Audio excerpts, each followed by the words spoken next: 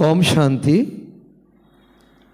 आज की साकार हिंदी मुरली 29 जुलाई 2025 का।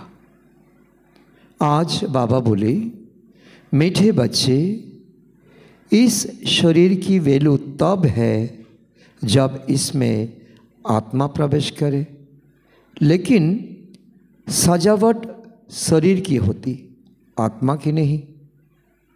प्रश्न, तुम बच्चों का फर्ज क्या है? तुम्हें कौन सी सेवा करनी है? उत्तर, तुम्हारा फर्ज है अपने हमजिन्स को नर से नारायण, नारी से लक्ष्मी बनने की युक्ति बताना।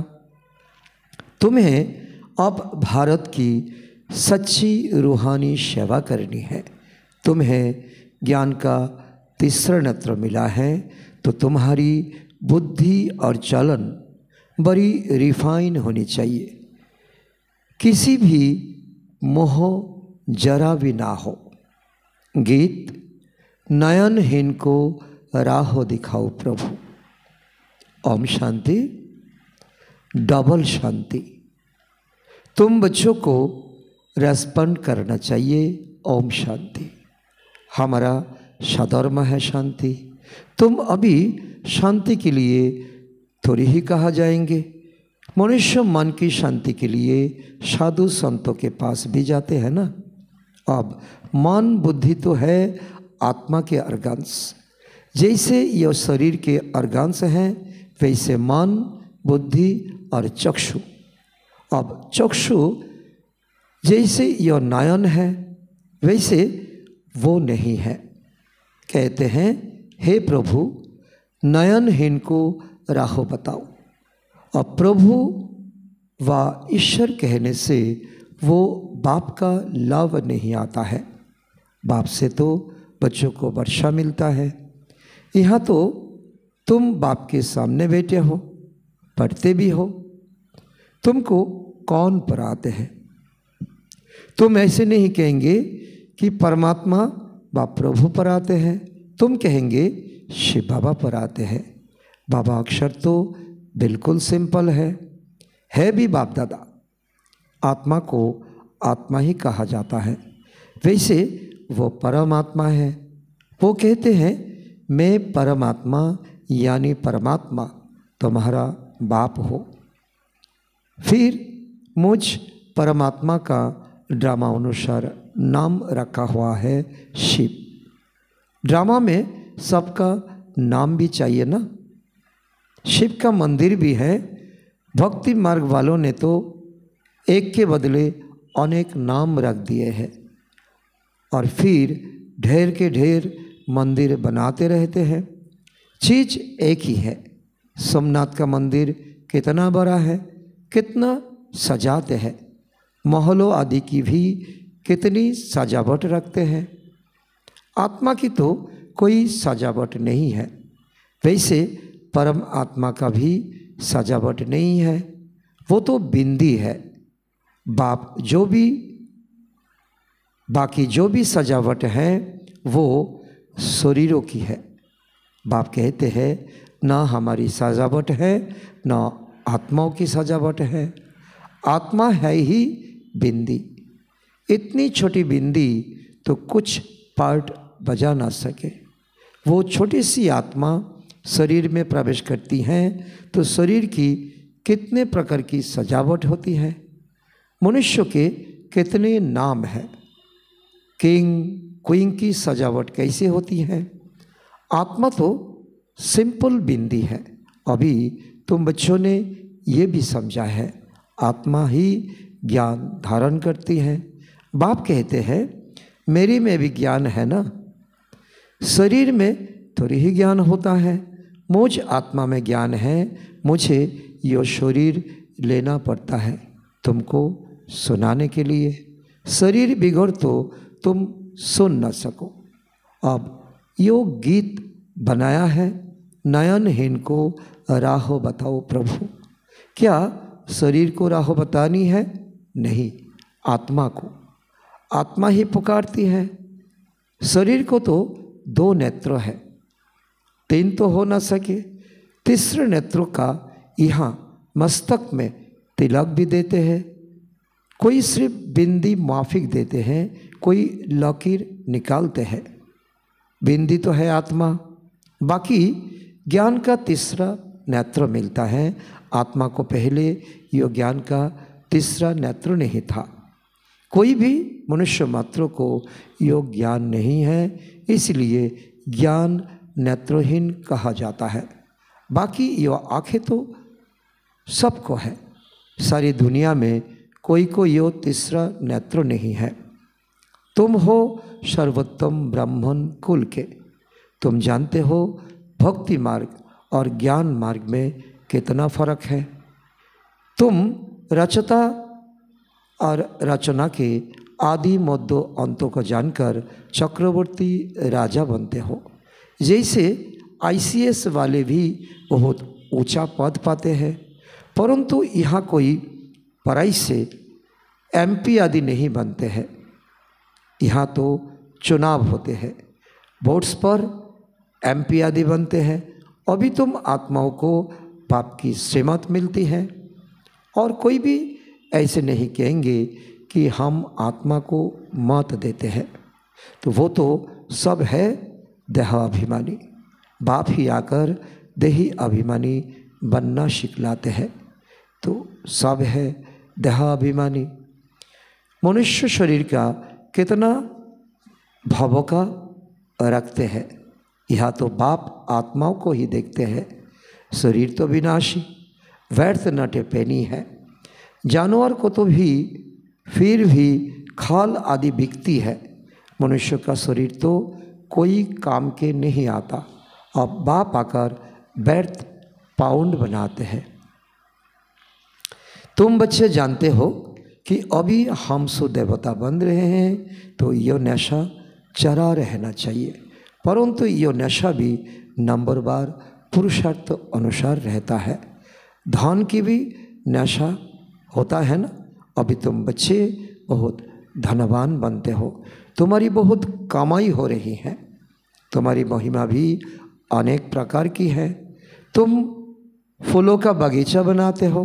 सतयुग को कहा जाता है गार्डन ऑफ फ्लावर्स। इसका सैपलिंग कब लगता है यो भी किसको पता नहीं। तुमको बाप समझाते हैं, बुलाती भी है, हे भगवान आओ। उनको माली नहीं कहेंगे। माली तुम बच्चे हो जो सेंटर संभालते हो। माली अनेक प्रकार के होते हैं, बागबान एक ही है। मुगल गार्डन के माली को पगार भी इतना बड़ा मिलता होगा ना। बागीचा ऐसा सुंदर बनाते हैं जो सब देखने आते हैं। मुगल लोग बहुत शौकीन होते थे। उनकी स्त्री मरी तो ताजमहल बनाया, उनका नाम चला आता है। कितने अच्छे अच्छे यादगार बनाए हैं। तो बाप समझाते हैं मनुष्य की कितनी महिमा होती है। मनुष्य तो मनुष्य ही है। लड़ाई में ढेर के ढेर मनुष्य मरते हैं, तो फिर क्या करते हैं? घर्सलेट पेट्रोल डाल खलास कर देते हैं। कोई तो ऐसे ही पड़े रहते हैं, दफन थोड़ी ही करते हैं, कुछ भी मान नहीं।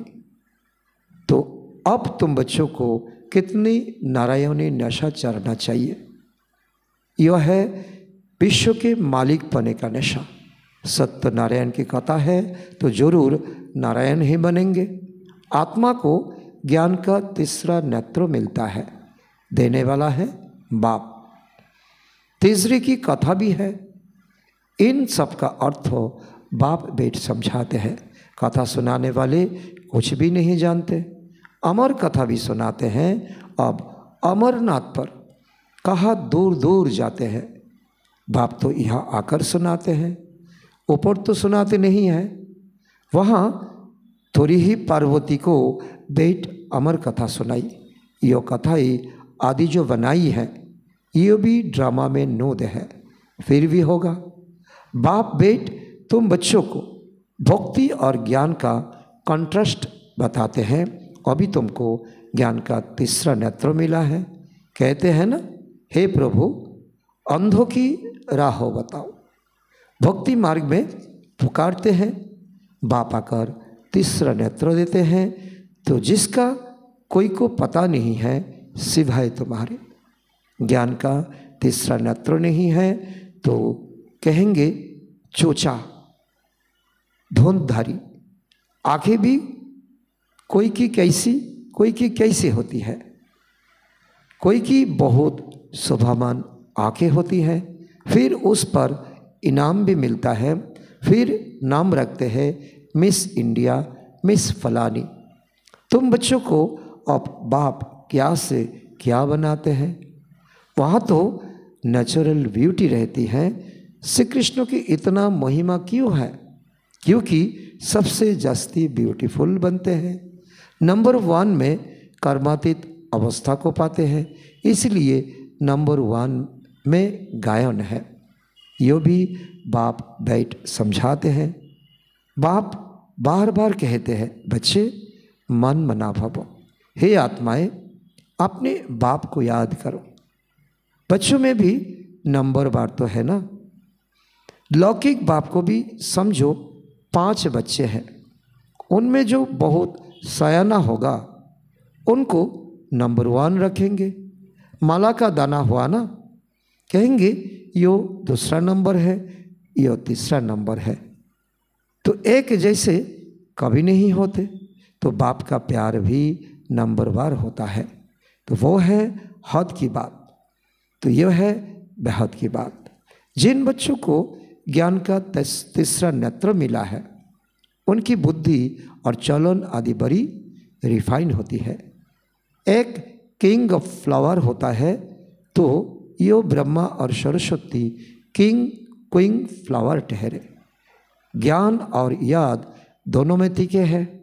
तुम जानते हो हम देवता बनते हैं, मुख्य 8 रत्न बनते हैं। पहले है फूल, फिर योगल दाना, ब्रह्मा सरस्वती, माला सिमरते हैं ना। वास्तव में तुम्हारा पूजन नहीं है, सिमरन है। तुम्हारा ऊपर फूल नहीं चढ़ सकते। फूल तब चढ़े जब शरीर भी पवित्र हो।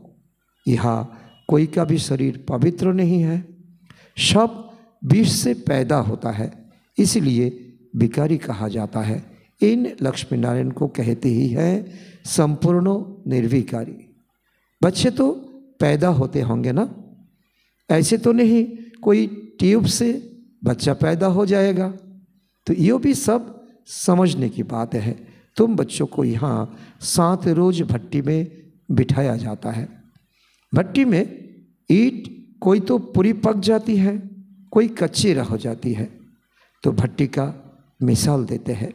अब ईंट की भट्टी का थोड़ी ही शास्त्रों में वर्णन हो सकता है। फिर उनमें बिल्ली का भी बात है। तो गुल बकावली की कहानी में भी बिल्ली का नाम दिखाया है। दीवे अर्थात दीपक को बुझा देती थी। तुम्हारा भी यह हाल होता है ना। माया बिल्ली विघ्न डाल देती है, तुम्हारी अवस्था को ही गिरा देती है। देह अभिमान में पहला नंबर, फिर और विकार आते हैं। मोह भी बहुत होता है। बच्ची कहे मैं भारत को स्वर्ग बनाने की रूहानी सेवा करूंगी। मोहवश माँ बाप कहते हम अलाउ नहीं करेंगे। यो भी कितना मोह है। तुम्हें मोह की बिल्ली या बिल्ला नहीं बनना है। तुम्हारी एम ऑब्जेक्ट ही यह है। बाप आकर मनुष्य से देवता, नर से नारायण बनाते हैं। तुम्हारा भी फर्ज है अपने हम जिन्स की सेवा करना, भारत की सर्विस करना। तुम जानते हो हम क्या थे, क्या बन गए। अब फिर पुरुषार्थ करो राजाओं का राजा बनने के लिए। तुम जानते हो हम अपना राज्य स्थापन करते हैं, कोई तकलीफ की बात नहीं। विनाश के लिए भी ड्रामा में युक्ति रची हुई है। आगे भी मुश्किलों से लड़ाई लगी थी। जब तुम्हारी पूरी तैयार हो जाएगी, सब फूल बन जाएंगे, तब विनाश होगा। कोई किंग ऑफ फ्लावर है, कोई गुलाब, कोई मोतिया है। हर एक अपने को अच्छी रीति समझ सकते हैं कि हम औक है बा फूल है। बहुत है जिनको ज्ञान की कुछ भी धारणा नहीं होती है। नंबर वन तो बनेंगे ना, या तो बिल्कुल हाईएस्ट या तो बिल्कुल लोएस्ट। राजधानी यहाँ ही बनती है। शास्त्रों में तो दिखाया है पांडव गल मरे, फिर क्या हुआ कुछ भी पता नहीं। कथाएं तो बहुत बनाई है, तो ऐसी कोई बात है नहीं। अभी तुम बच्चे कितनी सच्च बुद्धि बनते हो, बाबा तुमको बहुत प्रकार से समझाते रहते हैं, कितना सहज है। सिर्फ बाप को और वर्षे को याद करना है।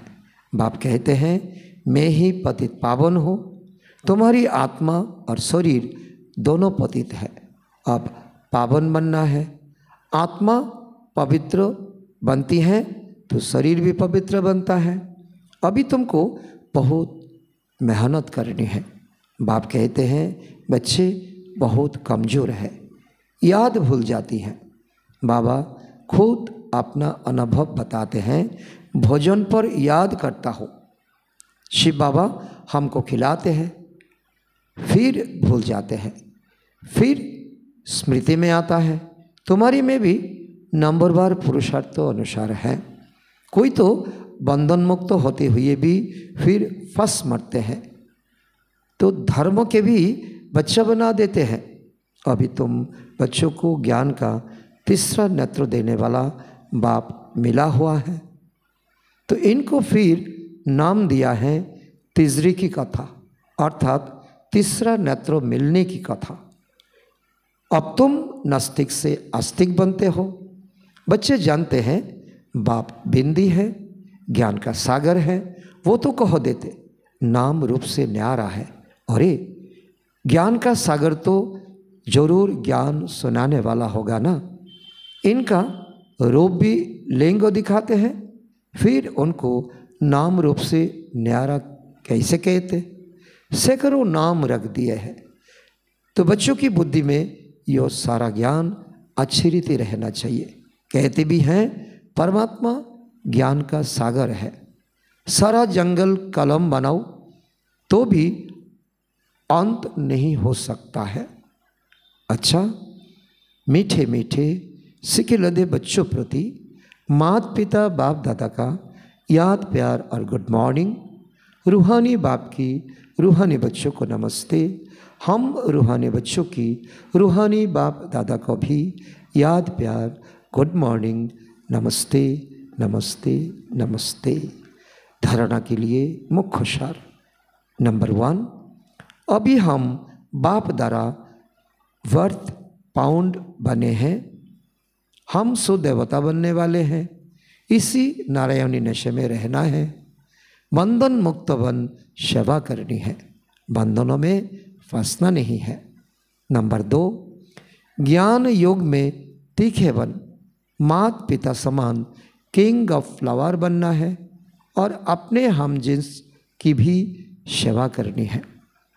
वरदान, अपने सर्व खजाने को अन्य आत्माओं की सेवा में लगाकर सहयोगी बनने वाले सहज योगी भव।